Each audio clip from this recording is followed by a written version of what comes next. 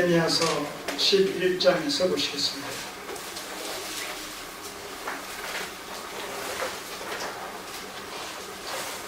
구약 743쪽입니다.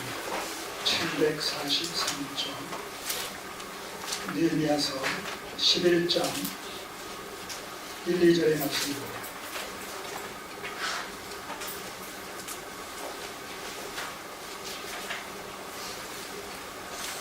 일 절과 2절의 말씀을 같이 읽겠습니다.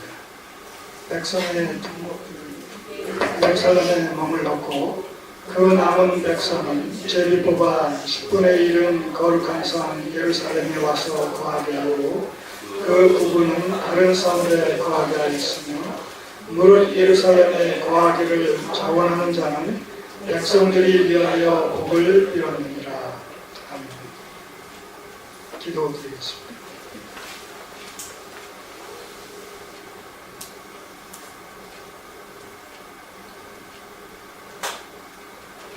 예루살렘 성벽이 준공되고 오늘 본문을 통해서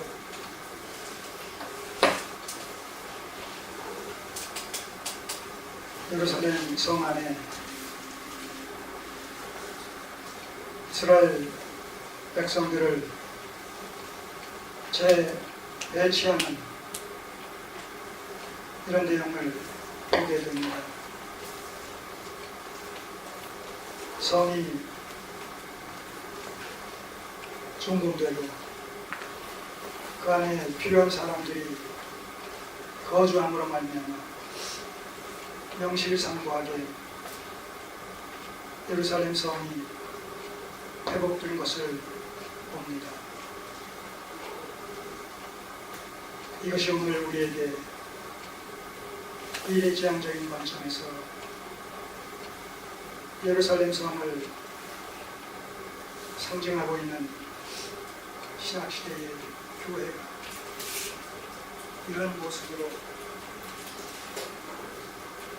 우리에게 보여지는 것을 확인하고 있습니다. 아버지 하나님, 참으로 우리에게 은혜를 베풀어주셔서 우리와 하여금 아버지 하나님의 크신 경륜 속에서 하나님의 친백성들의 위치에 우리로 하여금 머물게 해주신 그 은혜가 너무나 크고 놀라우심을 고백드립니다. 오늘 본문의 말씀을 통해서 다시 한번 우리의 변화되어진 영적 신분과 정체성을 새롭게 인식합니다. 마땅히 행할 바에도 우리가 무엇인지를 재정립할 수 있는 은혜의 시간이 되게 하옵소서. 예수님의 이름으로 기도드립니다.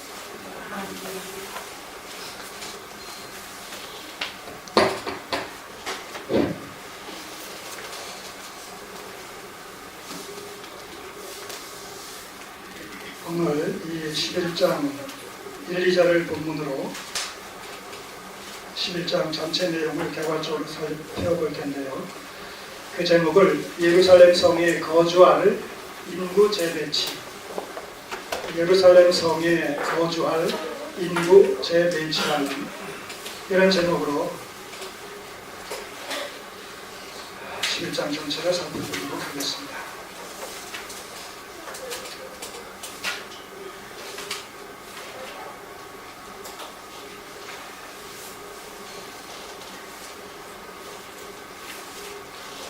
육 6장과 7장을 통해서 52일 만에 느헤미야의 지도하에 예루살렘 성벽이 준공됐습니다. 당시의 기록을 보게 되면 예루살렘 이 성의 둘레가 6km가 된다고 6몇 km, 6km가 조금 넘는 그런 아주 웅대하고 장대한 이런 성이었는데 그 허물어진 이런 부분들을 보수해서 준공하는데 52일이 걸렸다. 이건 어떻게 보면 상식적으로는 이해하기가 힘든 그런 상황이죠. 더구나 방해하는 이런 이방 족속들이 끊임없이 호시탐탐 노리면서 공격해오는 이런 상황 속에서 한편으로 저들을 막고 또 한편으로 공사를 계속 행함으로 말미암아 마침내 52일 만에 이 성벽이 다 준공되어졌다고 느헤미야서 6장 15절에 그렇게 말씀을 하고 있습니다. 사실 성벽이 준공되어졌으면 이내 뒤따라서 행해야 될 행사가 뭘까요? 건물이 준공됐다. 어떤 한 건물이 준공됐다, 완공됐다. 그러면 뒤따라서 행하게 될 행사가 어떤 행사죠?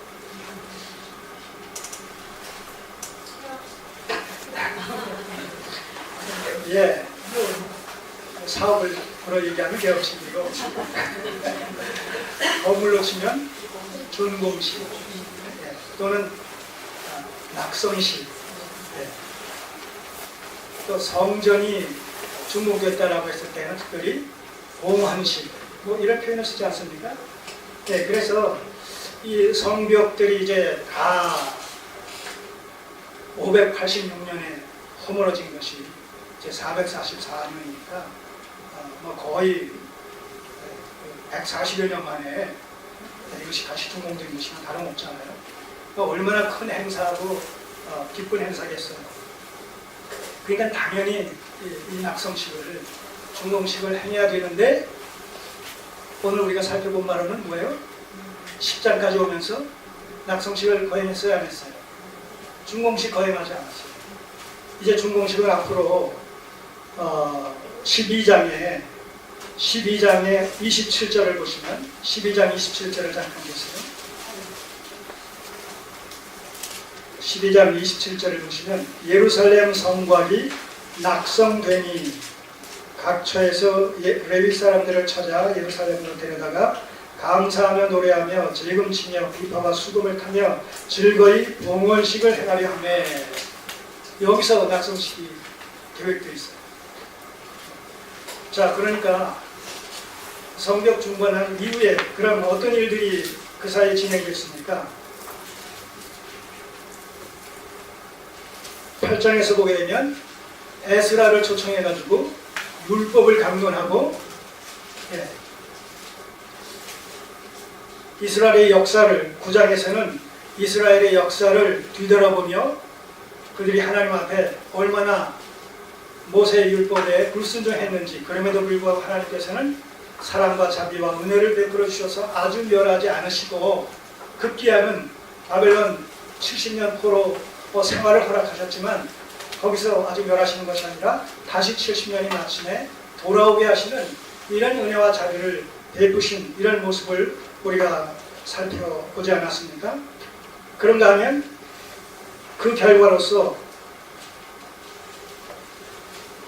9장 말미에 가면 시내산 언약에 대한 갱신을 하지 않습니까? 이제부터는 우리가 선조의 뒤를 밟지 않고 하나님의 그 은혜와 자비와 사랑에 감사하면서 철저히 모세 율법에 근거한 시내산 언약을 우리가 준수하겠나이다 이러면서 언약을 갱신하는 언약 갱신식이 9장 38절에서 소개되고 있지 않습니까? 9장 38절 우리가 이 모든 일을 인하여 이제는 견고한 언약을 세워 선조들은 실패했었단 말이죠. 불순종했단 말이죠. 그것을 돌아보고 나서 우리들은 그러지 않겠다 다짐하는 것이죠. 견고한 언약을 세워 그 견고한 언약을 세운다는 얘기는 다른 추가적인 언약을 세우는 것이 아니라 바로 모세 율법에 근거해서 맺어주신 시내산 언약을 갱신하는 거예요. 갱신한다 그런 의미죠. 언약을 세워 기록하고 우리의 방백들과 레위 사람들과 제사장들이 다 인을 치나이다 날인을 했단 말입니다. 그 날인한 사람들의 명단이 10장에서 소개되지 않습니까? 그랬을 뿐만 아니라 모세 율법을 쫓아서 특별히 세 가지 사항에 대해서 맹세로 보증하지 않습니까? 첫째는 이방인들과 통혼을 금지하겠다. 안식년과 안식일을 꼭 지키겠다.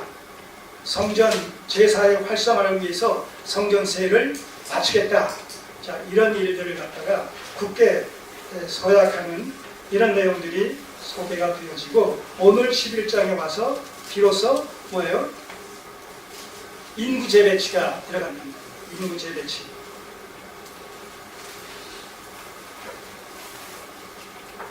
다시 7장으로 돌아가셔서 7장 4절을 보시면 이런 말씀이 있어요. 성벽을 중건했는데 그때 회파된 성전을 중건하고 난 그 상황이 어떠하냐면 4절, 7장 4절, 그 성은 광대하고 거민은 희소하여 가옥을 오히려 건축하지 못하였음이니라. 140년 동안 방치되어진 회파된 예루살렘 성 안에 살고 있었던 사람이 극히 소수였다는 거예요. 왜냐하면 다 회파되어진 그 성 안에서 보호막이 있어야죠. 성이 있으면 성벽이 있어가지고 그 안에 거주함으로 말미암아 외침으로부터 보호를 받아야 될 텐데, 성벽이 다 회파되어진 상태에서 거기에 산다는 것은 오히려 외인들의 공격에 무한 노출되어진 이런 상황이니까 살만한 그런 그 현장이 되지 못했던 것이죠. 그래서 극히 일부만 거주하고 나머지는 예루살렘 주위 외곽 여기저기 성읍에 흩어져 살았었다는 것입니다. 그런데 그런 상황 속에서 이제 성벽이 준공됐어요. 그러니까 가장 이제 그 제기되어지는 문제가, 해결되어야 될 문제가 뭐겠어요? 다음으로 성벽이 준공됐으면 이제는 거기 사람들이 살아야 되지 않겠어요?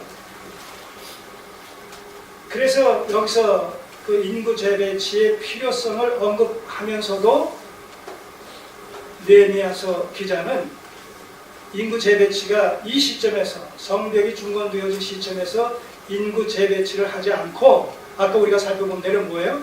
그들의 신앙과 영성을 각성시키는 일에 우선적인 관심을 두었다는 사실을 우리가 살펴볼 수가 있는 것이죠. 왜냐하면 인구를 재배치한다 라고 했을 때는 상당 부분이 강제성이 있다는 것 아니겠습니까? 그러면 그동안에 이주한 사람들도 마찬가지지만 처음부터 살았던 사람도 마찬가지고 나름대로 거기서 뭔가 터를 잡고 생계를 유지해 왔었을 거란 말입니다. 최소한의 경제적인 이런 행위를 할 수 있는 그런 그 필요 충분 조건들이 충족되어졌을 텐데, 그런 상황 속에서 예루살렘 성을 중건했다고 해서 사람들을 재배치하고 많은 사람들을 예루살렘 성 안으로 이제 이주시키고 나머지 사람들은 또 나름대로 재배치를 하게 된다면, 다시 말해서 재화가 막 움직여야 되잖아요. 재물이 움직여야 되지 않아요. 그 움직여지는 과정 속에서 많은 사람들은 손해를 볼 수 있는 그런 요인도 발생하지 않겠습니까? 그리고 예루살렘 성 안에 들어가게 되면 모든 걸 새로 시작을 해야 된단 말이에요. 그러니까 플러스 요인보다도 당장은 마이너스 요인이 많이 발생할 수밖에 없는 상황 속에서 백성들이 기꺼이 거기에 응할 수 있겠느냐라는 사실을 염두에 뒀을 때 그게 아니다. 문제는 어떤 이 외적인 어떤 정비가 문제가 아니라 거기에 거주할 사람들의